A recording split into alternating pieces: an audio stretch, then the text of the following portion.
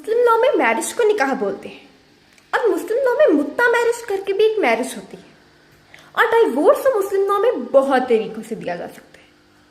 पर कभी आपने सोचा है कि ये मुस्लिम लॉ एक्चुअल में आया कहाँ से? अगर नहीं सोचा तो let's get into the video.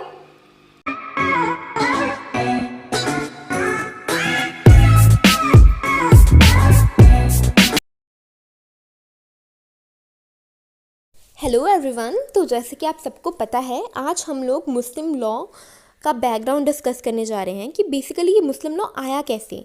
मतलब हम सभी लोग मुस्लिम लॉ में चलो पढ़ लेते हैं, मैरिज कैसे है, डावर क्या है, ये सब पढ़ लेते हैं, पर हमारे पास इसका बेसिक इंट्रोडक्शन होना बहुत ज़रूरी है। तो आज हम वही डिस्कस करने जा रहे हैं। तो without wasting any time let's get started. तो सबसे पहले मुस्लिम लॉ जो लेकर आए थे वो थे प्रॉफिट मोहम्मद। अभी पहले तो हम ये पुराने टाइम को दो हिस्सों में डिवाइड कर सकते हैं। पहला है प्री इस्लामिक इरा और दूसरा है era after prophet Muhammad. Pre Islamic era मतलब कि प्रॉफिट मोहम्मद की जन्म से पहले वाला टाइम। तो उस टाइम में प्री इस्लामिक इरा में लोग ट्राइब्स में रहते थे और हर एक ट्राइब के अपने रूल होते थे और जस्टिस स्वॉर्ड पे बेस्ड था, मतलब कि टिट फॉर टैट था। अगर किसी ने किसी को मारा है तो उसे भी, जिसने मारा है उसे भी मौत की सज़ा दी जाएगी, लाइक दिस। ठीक है, तो वुमेन की पोजीशन यहाँ पे बहुत ही लो थी। वुमेन को एक प्रॉपर्टी की तरह कंसीडर किया जाता था। जब अरब्स का मन करता था उनसे शादी कर लेते थे और शादी के बाद जब उनका मन करता था वो उन्हें जब मर्जी छोड़ देते थे। और इसमें एक और बात बहुत इंपॉर्टेंट ध्यान रखने वाली है कि यहाँ पे पॉलीगैमी प्रेवलेंट थी, पर पॉलीगैमी की कोई लिमिट नहीं थी। मतलब अगर आप चाहो तो आप 100 बीवियाँ भी रख सकते हो। ठीक है, और फीमेल इन्फेंटिसाइड का रेट बहुत हाई था। वुमेन की पोजीशन इतनी डिग्रेडेड थी क्योंकि वुमेन पहले उस टाइम पे इतनी एजुकेटेड नहीं थी, उन्हें एजुकेशन नहीं दी जाती थी और उसके बाद उन्हें जब उनका मन करता था छोड़ देते थे। उनके पास कोई मीन्स ऑफ सर्वाइवल नहीं होता था कि वो कैसे रहें, कैसे जिएं।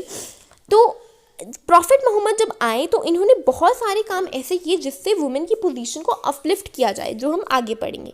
तो फिर 1571 में प्रॉफिट मोहम्मद का जन्म होता है मक्का में। प्रॉफिट मोहम्मद एक पोस्ट ह्यूमस चाइल्ड थे। पोस्ट ह्यूमस चाइल्ड मतलब कि इनकी बर्थ के बाद इनके पेरेंट्स की डेथ हो गई थी। जैसे जब वो बॉर्न हुए थे उनकी फादर की डेथ हो गई थी, 6 साल में उनकी मदर की डेथ हो गई थी, जब वो 8 साल के थे उनके ग्रैंडफादर की डेथ हो गई थी। तो 25 से लेकर 40 साल तक प्रॉफिट मोहम्मद ने अपनी ज़िंदगी एक मक्का के केव में मेडिटेट करते हुए बिताई, जिसका नाम था हीरा।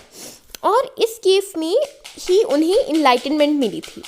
जब वो 40 साल के हुए तो उन्होंने पहली बार गॉड के साथ इंटरेक्ट किया और जो गॉड ने उन्हें बताया, उन्होंने लिखा, वो था वाही। जो उन्होंने लिखा जैसे हम आज के टाइम पे कुरान कहते हैं, पर उस टाइम पे एक्चुअल में क्या था कि प्रॉफिट मोहम्मद लिख नहीं सकते थे। जैसे कई लोग होते हैं ना जो हिंदी बोल तो लेते हैं, हमारे विलेजेस में ही जैसे इतनी एजुकेशन नहीं मिली होती, पर वो लिख नहीं पाती। तो उन्हें एक एंजल मिला था और एंजल ने मतलब उन्हें इनलाइटनमेंट दी और जिसकी वजह से ये होली कुरान की बुक लिख पाए थे वो।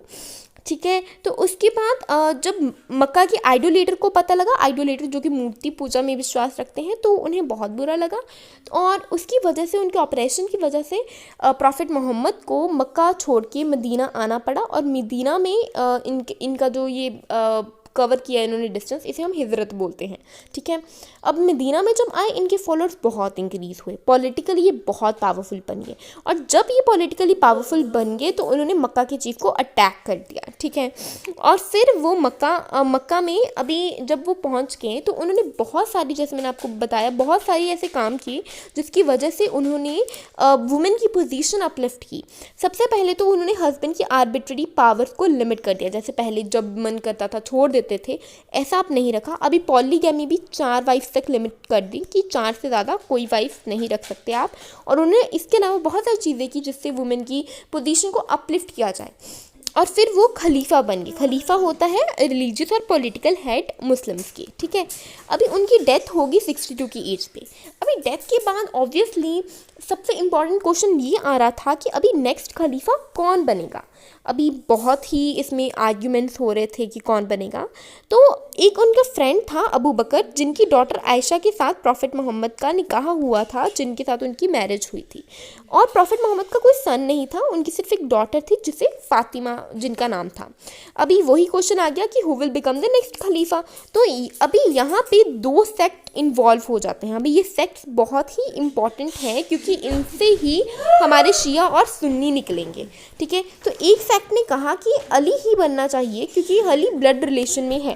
अभी अली कौन था? अली फातिमा का हस्बैंड था, जिसके साथ फातिमा की शादी हुई थी। क्योंकि ब्लड रिलेशन में है अली, तो अली को ही नेक्स्ट खलीफा बनना चाहिए। बट जो आयशा थी, उन्होंने बोला कि ये इम्पॉर्टेंट नहीं है कि जो भी ब्लड रिलेशनशिप में है वो ही बने। इनफैक्ट हमें क्वालिफिकेशंस देख के इलेक्शंस करवाने चाहिए और जो इलेक्शन में जीतेगा वो बनना चाहिए नेक्स्ट खलीफा।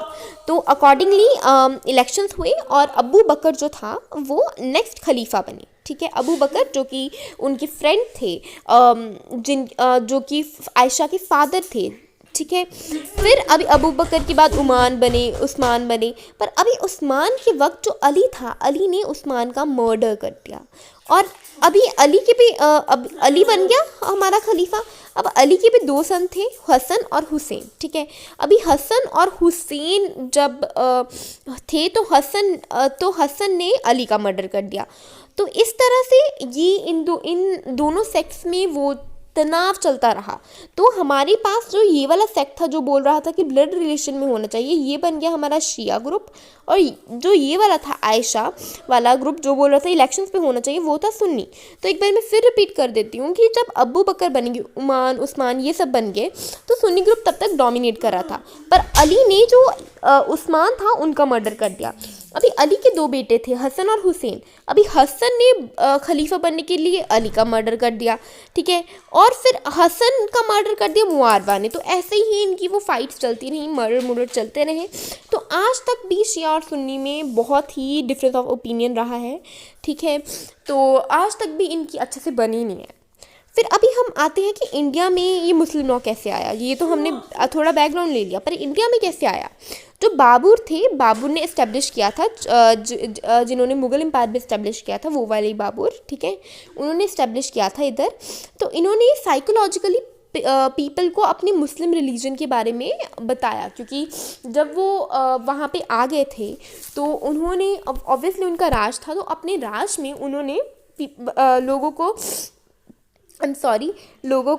हाँ जी, तो उन्होंने लोगों को साइकोलॉजिकली अपने रिलीजन के बारे में पढ़ाया, ठीक है। उन्हें अपने रिलीजन के बारे में बताया, उनकी प्रैक्टिसेस देखी लोगों ने।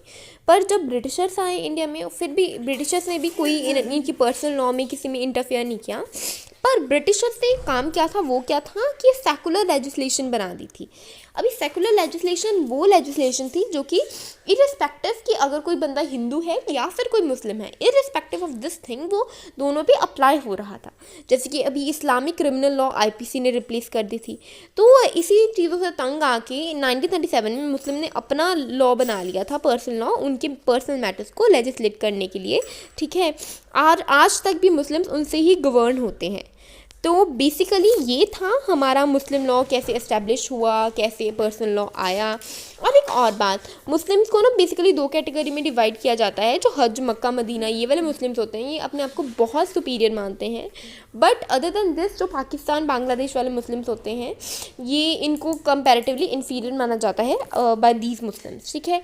तो ये बेसिकली था हमारा मुस्लिम लॉ के बारे में। I hope you enjoyed the short session which we had. So please, if you like the video, do like, share and subscribe. Thank you so much and have a nice day.